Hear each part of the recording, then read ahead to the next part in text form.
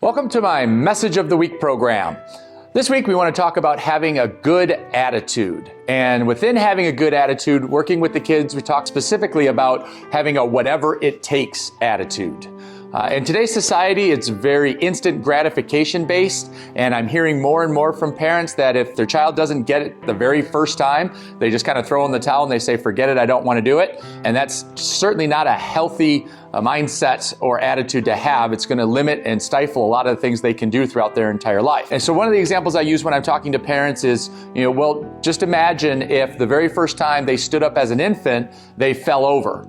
And at that point they said, hey, you know what? This walking thing's just not for me. Forget it. It's kind of a ludicrous example, but again, the point is it really sets that image of you can't do that. You get up and you try again.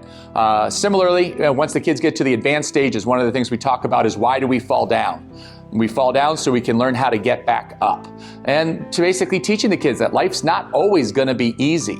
And sometimes, again, talking to parents, they want to shelter their child and not allow them to experience any discomfort or any pain or any negative experience. And I understand what you're trying to accomplish, but it's really hurting your child in the long run.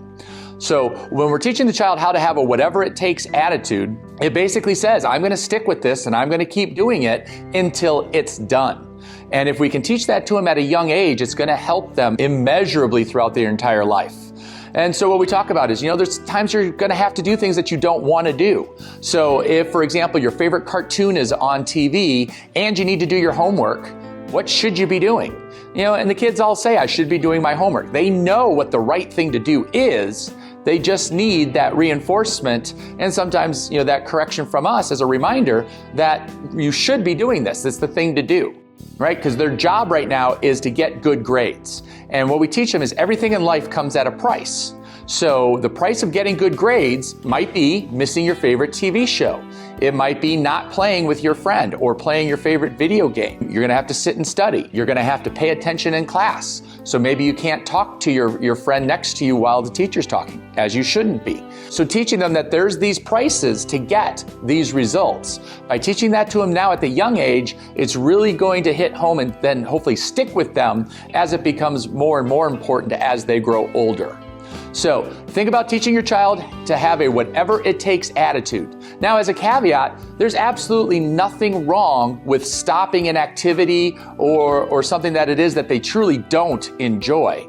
But again, the idea would be you have to finish it first. So a thing that might come to mind would be, say, soccer. They try soccer to see if they like it, or baseball, whatever sport. And halfway through the season, they're like, yeah, I just really don't enjoy this. And you can see that they don't enjoy it and they're not getting any benefit from it. So you know what? We're not going to play again next season. We gave it a try and you decided you didn't like it, right? But you don't just suddenly in the middle of the season say, okay, well, they don't want to go anymore. I'm not going to make them. We quit. The other thing, again, we'll talk about real quick is the quit.